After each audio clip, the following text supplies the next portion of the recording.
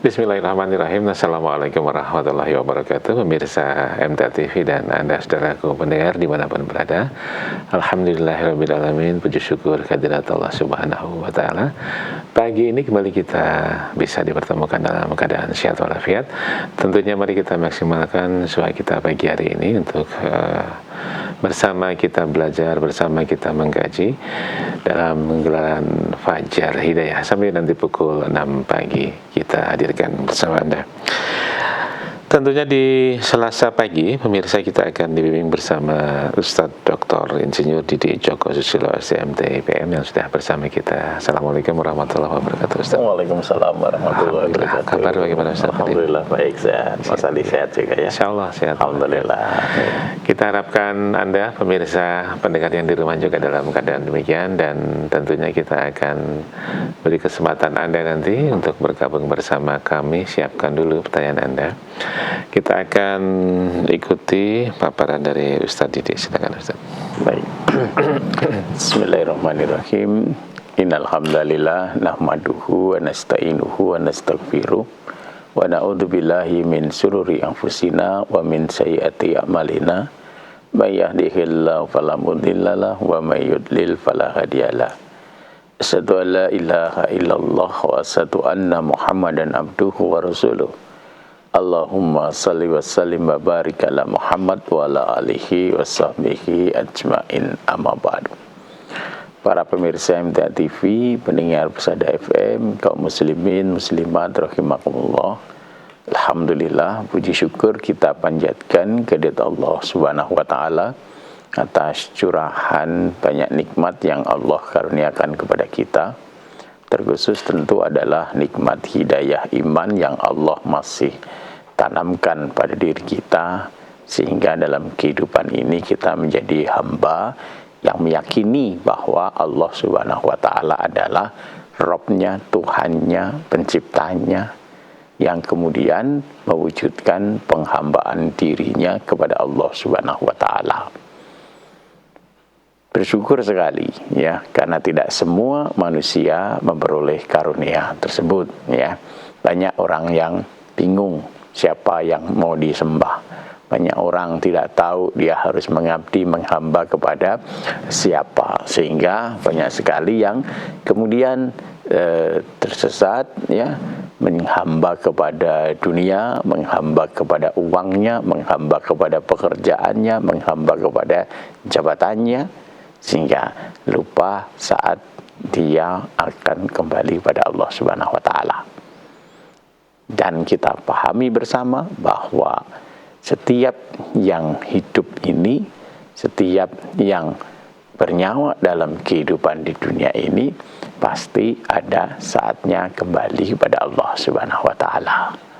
Nah, orang yang beriman mengerti itu, diberitahu oleh Allah subhanahu wa ta'ala bahwa dia ada saatnya, ada masanya kembali kepada Allah subhanahu wa ta'ala.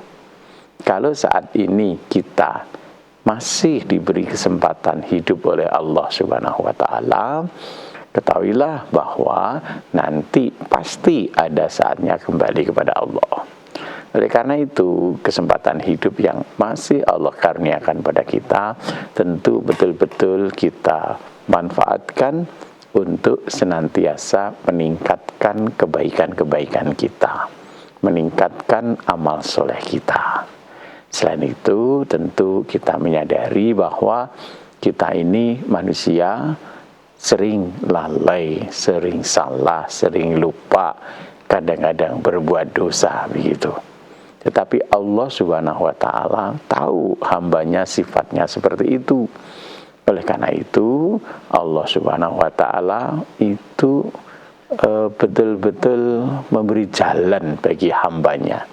Sebagaimana di minggu yang lalu kita sudah belajar ya, di Quran surat Az-Zumar ayat 53 sampai 55 itu Allah pesankan kepada hambanya, bahkan hambanya yang sudah melampaui batas atau berbuat banyak dosa, itu jangan putus asa dari rahmat Allah subhanahu wa ta'ala ya. ingat Allah Subhanahu wa taala Maha kasih sayang, Maha penerima taubat, Maha mengampuni segala dosa. Demikian juga di dalam Quran surat Tahrim itu juga Allah Subhanahu wa taala mengajarkan kepada kita. Surat Tahrim ayat 8 itu. Ya ayyuhalladzina amanu tubu ilallah taubatan nasuha. Ya orang-orang yang beriman, bertaubatlah kamu kepada Allah dengan taubat yang sebenar-benarnya. Asa rabbukum ayyukaffir ankum sayyiatikum. Pasti kalau kita bertaubat, kalau kita kembali kepada Allah Subhanahu wa taala, Allah nanti akan menutup kesalahan-kesalahan kita, menghapus kesalahan-kesalahan kita. Tentu sebagaimana yang lalu kita kaji bersama, taubat itu berhenti dari kesalahan, dosa, maksiat gitu, kemudian mengiringi dengan amal soleh, mengiringi dengan kebaikan. Wa'adbi sayyi'atal hasanata tamkuha. Iringi ya keburukan-keburukannya dengan kebaikan, insya Allah kebaikan itu nanti akan menutup kesalahan-kesalahan, kekurangan-kekurangan kita. Dan Allah Subhanahu wa taala betul-betul mencintai orang-orang yang bertaubat kepadanya gitu. Dalam satu hadis yang diriwayatkan oleh Imam Muslim ketika Rasulullah Sallallahu Alaihi Wasallam menggambarkan bagaimana cintanya Allah Subhanahu Wa Taala kepada hambanya yang mau bertobat, begitu ya. Nabi Sallallahu Alaihi Wasallam bercerita ya, menyampaikan kepada para sahabat yang diriwayatkan dari Anas bin Malik ya, qala Rasulullah sallallahu alaihi wasallam ya Allahu asyaddu farohan bi taubati abdin hina yatubu ilaihi. Allah Subhanahu wa taala itu senang kepada taubat hambanya ketika hamba itu mau bertobat kepadanya gitu loh. Ya, jadi Allah Subhanahu wa taala itu Rabb-nya, Tuhannya semua hamba ini gitu kan. Ketika hamba itu yang melakukan kesalahan, kekeliruan, dosa, kemaksiatan, tetapi mau kembali kepada Allah, mau bertobat kepada Allah, Allah Subhanahu wa taala itu benar-benar menyintainya, menyukainya begitu. Ya. Misalkan Allah berikan gambaran ya, sebagaimana kana ala rohilatihi, misalkan ya min ahadikum kana ala rohilati bi ardin falatin fan falatat minhu wa alaiha ta'amuhu wa syarabuhu. Jadi ilustrasinya bagaimana cintanya Allah Subhanahu wa taala kepada hamba yang bertobat itu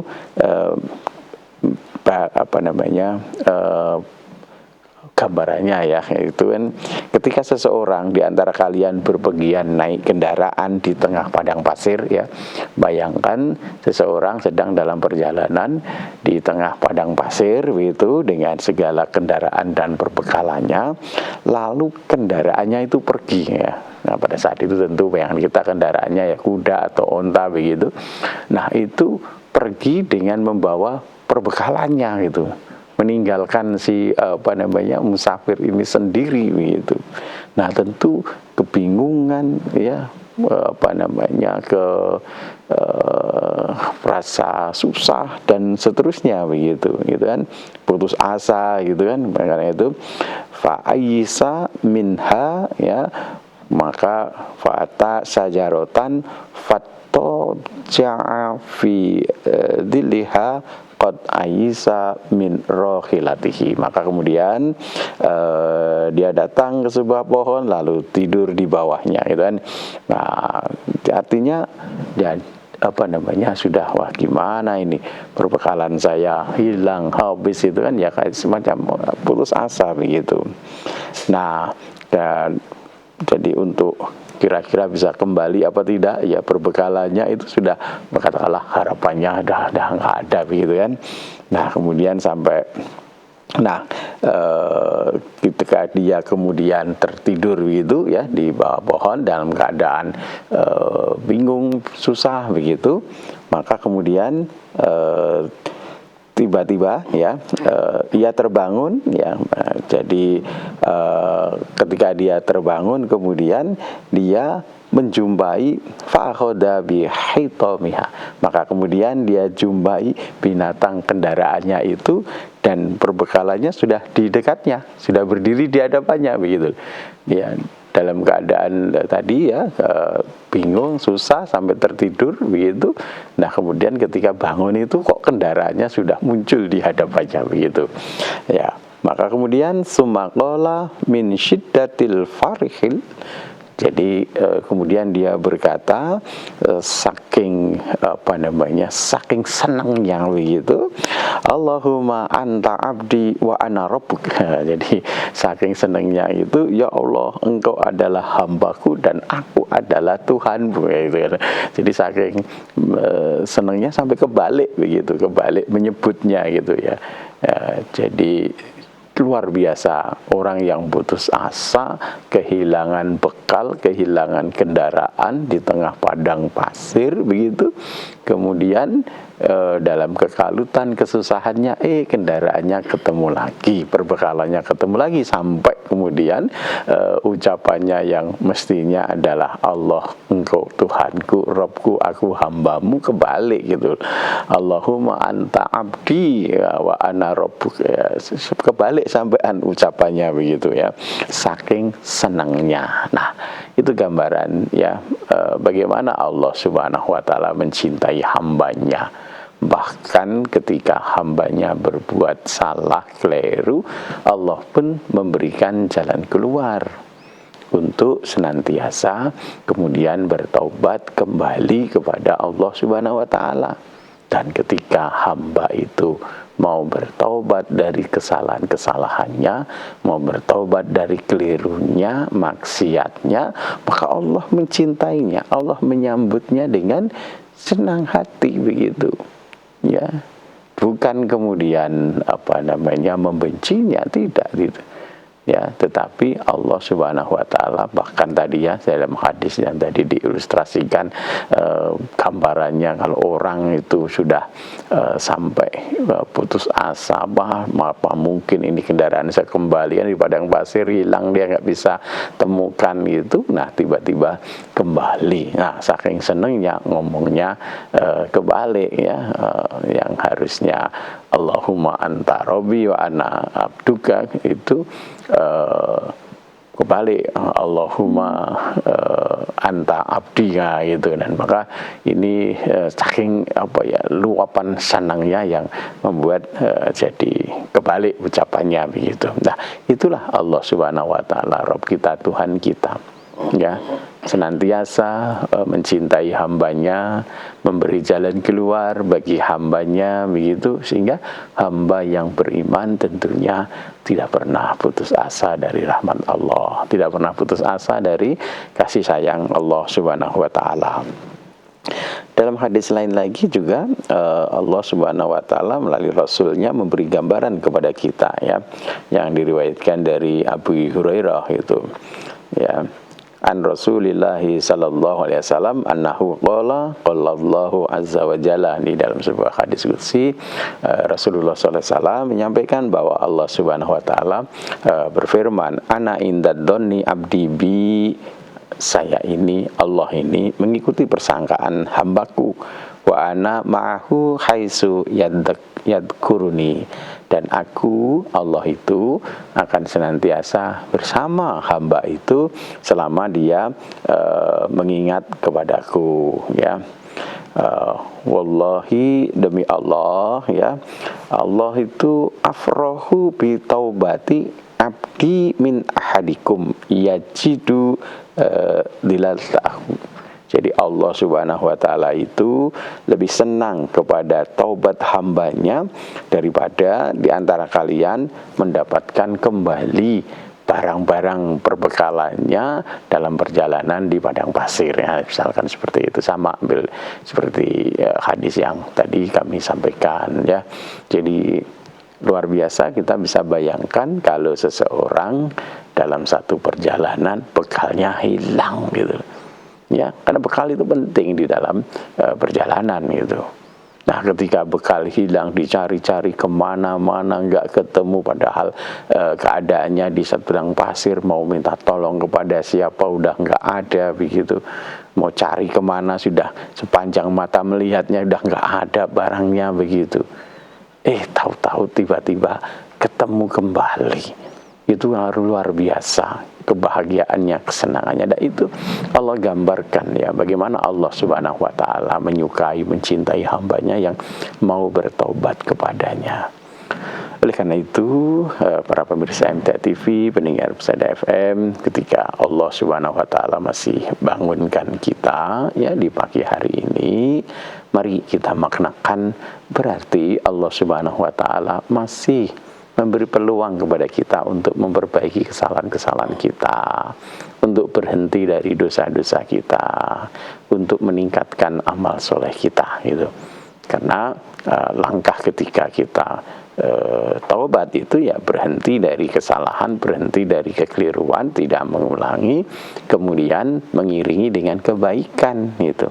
Meningkatkan amal soleh kita, amal kebaikan kita, sehingga kebaikan-kebaikan kita mudah-mudahan memperbaiki diri kita, gitu. Karena ketika kita menghiasi diri kita dengan kebaikan-kebaikan, maka pada saat yang sama kemauan, keinginan untuk salah, keliru, maksiat itu akan semakin mengecil begitu, sehingga yang ada pada diri kita harapannya yang keluar itu kebaikan, amal soleh. Jadi pada diri kita akan senantiasa kalau bahasa ininya, ya, bertarung antara kemauan berbuat baik dan keinginan berbuat buruk. Manakala kita lebih menguatkan kemauan keinginan berbuat baik yang kemudian wujud dalam amal-amal soleh, kebaikan-kebaikan, membiasakan diri dalam kebaikan-kebaikan, maka kemauan untuk berbuat dosa, pelanggaran itu kan semakin kecil, ya, mudah-mudahan hilang dari diri kita, gitu. Bisikan-bisikan untuk berbuat maksiat itu, gitu. Nah, maka ketika kita kuatkan, ya, itu nanti kita akan membersihkan jiwa kita dari kemauan-kemauan berbuat maksiat. Insyaallah dengan demikian kita senantiasa akan ditambah petunjuknya, ditambah hidayahnya oleh Allah Subhanahu wa ta'ala, sehingga hatinya menjadi sangat cinta kepada keimanan, cinta kepada kebaikan, ya, tidak suka kepada keburukan, kemaksiatan, ya, kekotoran, seperti itu, gitu. Beda kalau kita malah membiasakan diri dalam perbuatan buruk, tidak segera bertobat, ya. Tadinya mungkin ketika melakukan keburukan di awal-awal itu kita ada rasa ini jadi buruk nih, gitu, ya. Sebetulnya tahu ini perbuatan tidak baik, gitulah. Tetapi ketika kemudian dibiasakan, dilakukan berulang-ulang, nanti rasa atau sensor hati kita mengatakan itu buruknya jadi hilang, begitu. Karena sudah menjadi kebiasaan. Alah wis biasa, ora popo, dan seterusnya. Nah, kalau itu yang terjadi, bisa jadi nanti satu saat hati kita tertutup, terkunci, sehingga tidak bisa lagi mengenal kebaikan. Oleh karena itu, ya, sering-seringlah beristighfar, bertaubat kepada Allah Subhanahu wa ta'ala, sehingga hati kita akan kenal mana yang baik, mana yang buruk, begitu. Sekira demikian, mudah-mudahan bisa mengingatkan kita bersama. Ya, baik, insya Allah ada banyak pelajaran di kesempatan pagi hari ini. Pemirsa, kita akan beri kesempatan Anda siapkan pertanyaan di 02716793.000 atau WA di 08112553000, WA teks maupun WA call kami terima. Kita akan kembali setelah yang satu ini. Ya, baik. Terima kasih Anda masih bergabung bersama kami, pemirsa dan saudaraku pendengar. Kita lanjutkan sesi kedua di Fajar Hidayah pagi hari ini. Masih kita dibimbing bersama Ustadz Dr. Insinyur Didi Joko Susilo, STMT IPM bersama kita. Kita sambil terima telepon, silakan saluran interaktif kami di 02716793000 dan WA call maupun WA teks di 08112553.000. Namun saya bacakan terlebih dahulu pertanyaan dari SMS atau WA yang sudah masuk ke redaksi kami. Dari hamba Allah di Karanganyar, Ustaz, pertanyaan pertama ini, mandi besar dan mandi junub itu apakah beda? Kemudian tata cara mandinya sama apa ada perbedaan, Ustaz? Jadi ini terkait istilah ya.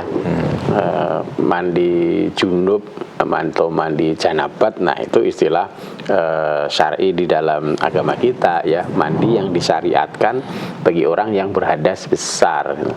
Nah, mandi besar itu bahasa kita lah ya, bahasa kita untuk menyebutkan mandi junub atau mandi janabat itu kita sebutnya mandi besar ya. Yang mandi kecil nggak tahu saya, mandi kecil itu yang kayak apa gitu. Jadi mandi besar itu atau mandi junub itu adalah, atau mandi janabat itu mandi karena sebab kita berhadas besar ya, hadas besar yang kemudian kita akan menunaikan sholat, maka tuntunannya adalah mandi gitu. Kalau hadas kecil kita mau sholat, tuntunannya adalah wudu ya. Jadi hadas besar itu misalkan setelah berkumpul suami istri, berhubungan suami istri, kemudian kita akan melaksanakan sholat, maka tuntunannya cara bersucinya adalah mandi junub. Atau misalkan seorang wanita yang setelah haid itu, setelah haid mau sholat itu juga tidak cukup wudhu saja atau bukan wudhu syariatnya, tetapi mandi junub atau mandi janabat. Jadi kalau tadi caranya apakah beda atau sama ya, mandi besar itu ya kita menyebut mandi junub atau mandi janabat biasa orang kita, warga masyarakat kita, orang Indonesia menyebutnya mandi besar seperti itu. Kaifiatnya, caranya tentu sama karena itu istilah yang kita pakai yang sama. Jadi kalau mandi janabat itu beliau Rasulullah SAW biasanya mencuci tangan, kemudian mencuci kemaluan, kemudian berwudu seperti wudu yang biasa itu, kemudian mengambil air menyelat-nyelati rambut ya, membasahi rambut sampai ke pangkal rambut itu, kemudian menyiram kepala 3 kali. Nah, setelah itu kemudian meratakan air ke seluruh tubuh. Nah, biasanya beliau begitu, salah satu kaifat atau cara mandi janabat gitu. Jadi sama, kita hanya menyebut istilahnya saja mandi besar gitu. Atau kalau misalkan kita biasanya kalau mandi itu kan jarang rambutnya dibasahi. Nah, kalau mandi besar itu seluruh tubuh mulai dari ujung kepala sampai ujung kaki terbasahi begitu. Demikian ya. Baik. Pertanyaan pertama tadi, terima kasih dari hamba Allah di Karanganyar. Kita terima untuk di line telepon, silakan 02716793000. Halo, assalamualaikum warahmatullahi wabarakatuh. Assalamualaikum warahmatullahi wabarakatuh. Waalaikumsalam warahmatullahi wabarakatuh. Dengan dari siapa, di mana? Dengan Pak Yanto di Kalimantan Tengah. Kalimantan Tengah, Masya Allah. Silakan. Assalamualaikum warahmatullahi wabarakatuh, Pak Ustaz. Waalaikumsalam warahmatullahi wabarakatuh. Ini mau tanya Ustaz tentang sholat jamak subuh dan lainnya. Posisinya seperti ini Ustaz. Waktu kemarin waktu kami manasik ada keterangan kalau kita di dalam safar atau dalam haji di posisi di Arafah Ustaz.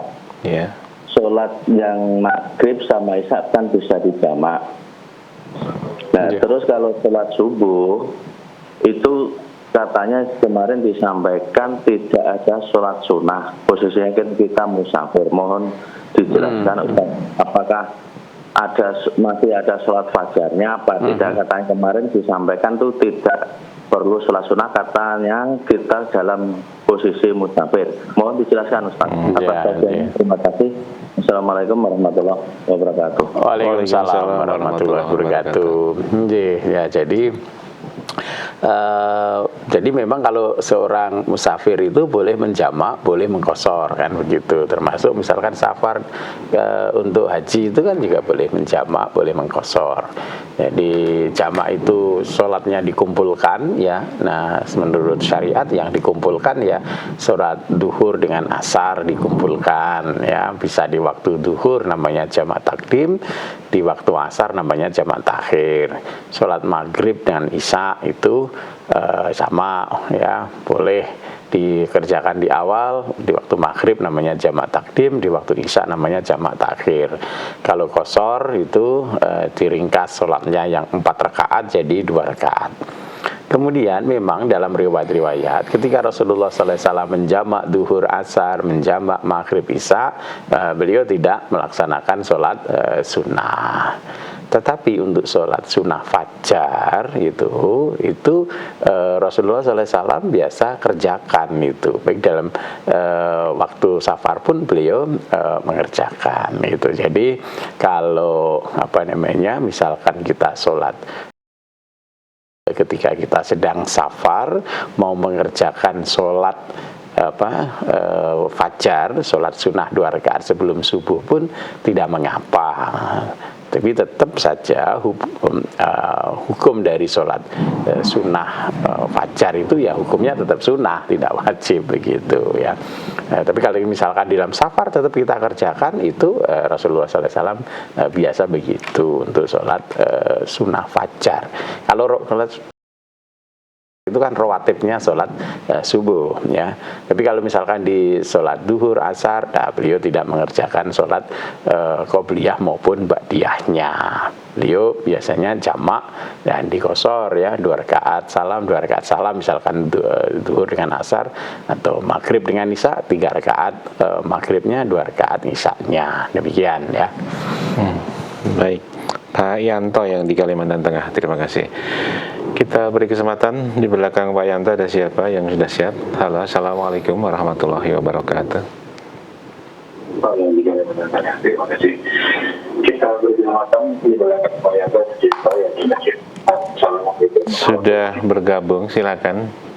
Audio. Assalamualaikum warahmatullahi wabarakatuh. Waalaikumsalam warahmatullahi wabarakatuh. Bapak siapa di mana?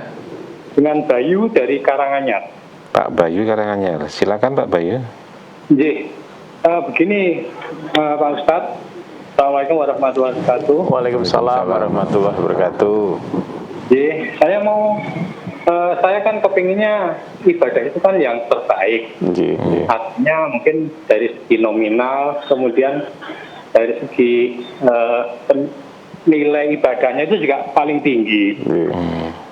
Nah ini kalau misalnya ada pilihan untuk infak, membantu saudara kita yang terkena bencana, itu antara Banjarnegara, kemudian bencana Sumatera, kemudian ada teman-teman saudara kita yang di Palestina, itu apakah nilai ibadahnya beda-beda ya Pak Ustadz?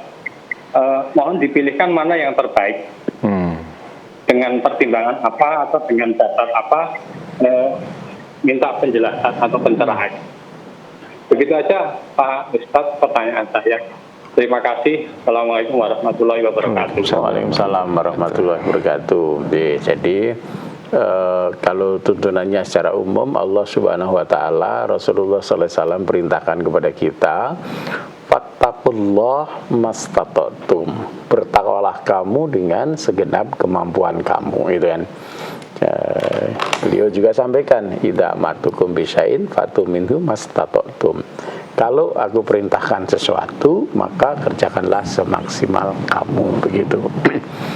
Nah, termasuk di dalam kita ikut berinfak, mengeluarkan harta kita.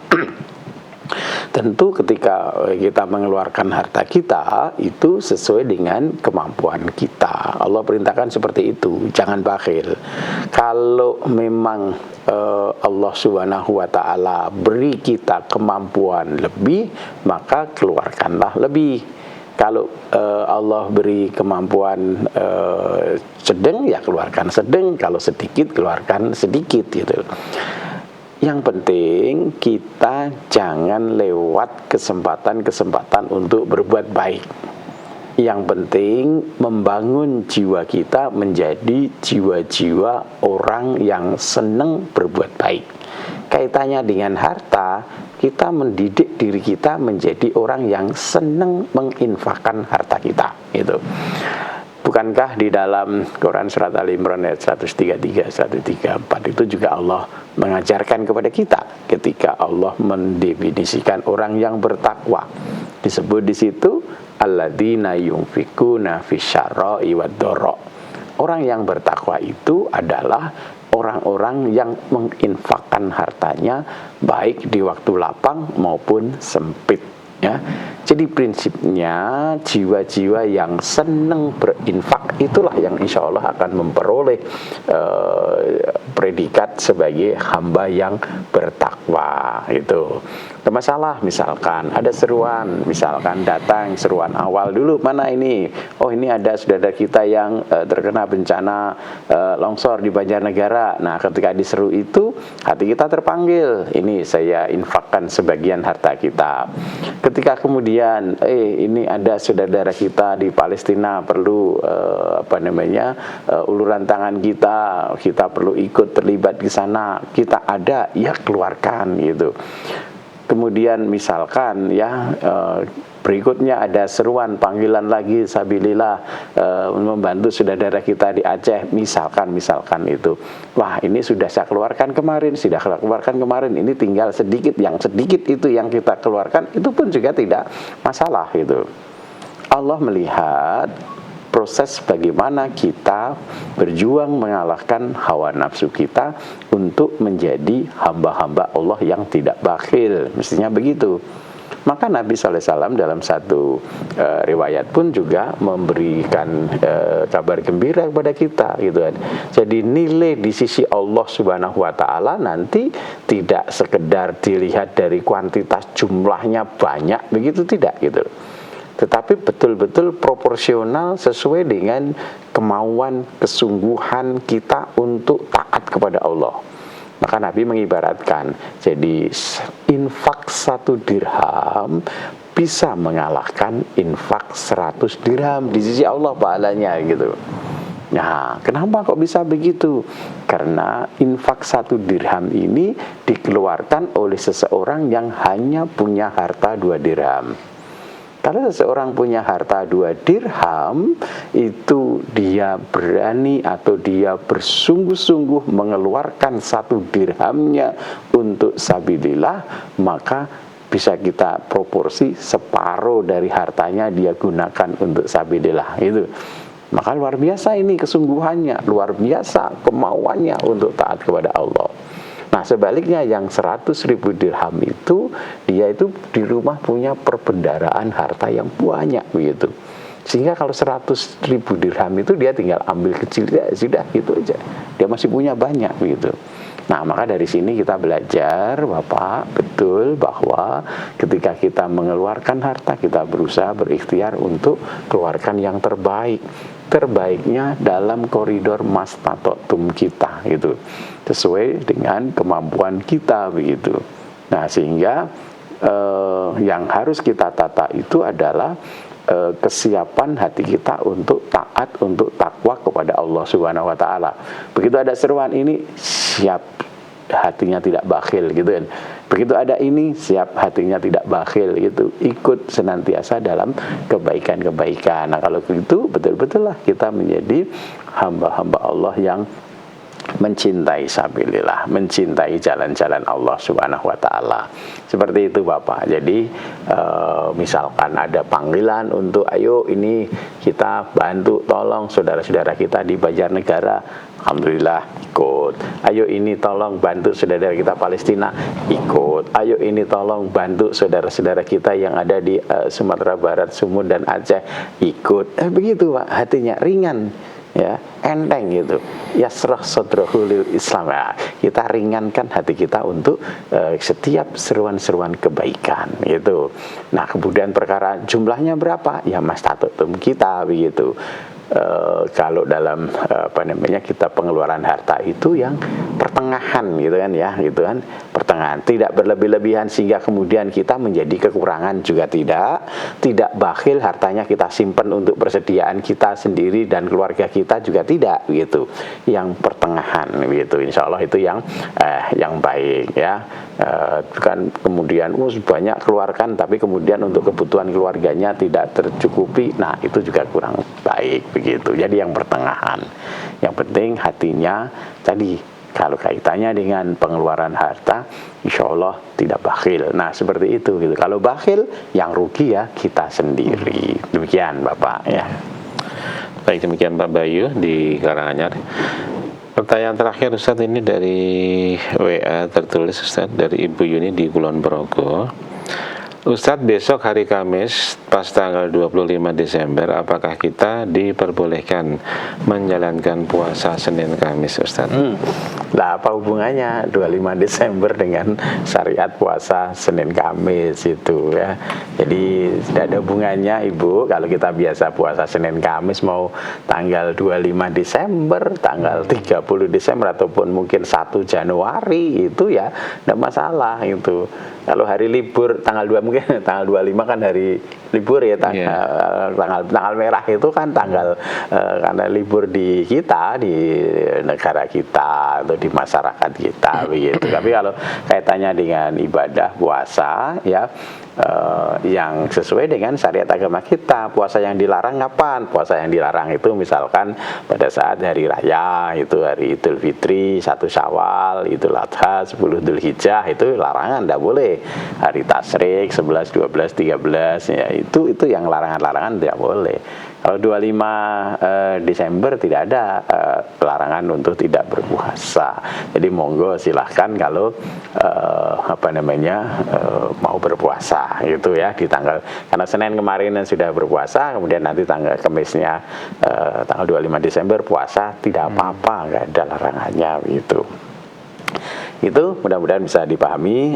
Tadi untuk Pak tadi yang di Kalimantan tadi, Pak Yanto yang kaitannya dengan sholat sunnah fajar ya. Ini ada beberapa riwayat yang nanti bisa digunakan untuk penguat ya. Jadi dari hadis Bukhari dan Muslim, beliau sallallahu alaihi wasallam dari Ibnu Umar diriwayatkan bahwa sahabat Ibnu Umar ini menemani Nabi SAW dalam safar, dan beliau tidak menambah sholat sunnah rawatib selain 2 rakaat sebelum subuh ya. Jadi di sholat fajar atau sholat rawatibnya subuh itu ya, 2 rakaat sebelum subuh itu beliau di dalam safar juga tetap mengerjakan. Demikian juga di dalam riwayat istri beliau Aisyah radhiyallahu anha, bahwa Nabi SAW itu kan 2 rakaat fajar lebih baik daripada dunia seisinya itu. Dan beliau juga meriwayatkan bahwa Nabi SAW tidak pernah menjaga sholat sunnah lebih kuat daripada 2 rakaat sebelum subuh itu. Jadi di dalam safar tadi yang terkait dengan sholat subuh ya, itu beliau tetap mengerjakan yang sholat qobliyah subuh atau sholat sunnah fajar itu. Tapi kalau yang di dalam tadi duhur, asar, maghrib, isya, beliau sholatnya di jama' dan tidak mengerjakan qobliyah ataupun ba'diyahnya. Demikian untuk Pak Yanto, mudah-mudahan bisa menambah ya pengetahuannya. Ya, baik. Ya, alhamdulillah ada banyak hal yang bisa kita dapatkan di pagi hari ini. Ustaz Didik, terima kasih waktunya, dan tentunya insya Allah kita bersua di lain kesempatan. Ustaz Didik. Assalamualaikum Waalaikumsalam warahmatullahi wabarakatuh. Dan pemirsa, sampai di sini gelaran Fajar Hidayah menemani Anda semuanya. Insya Allah kita bersua di lain kesempatan. Selalu simak dan nantikan Fajar Hidayah setiap hari pukul 5 waktu Indonesia Barat. Dari studio saya Ali Abdul Rahman dan teman-teman kerabat kerja mohon pamit. Subhanakallahumma wa bihamdika asyhadu an la ilaha illa anta astaghfiruka wa atubu ilaik. Assalamualaikum warahmatullahi wabarakatuh.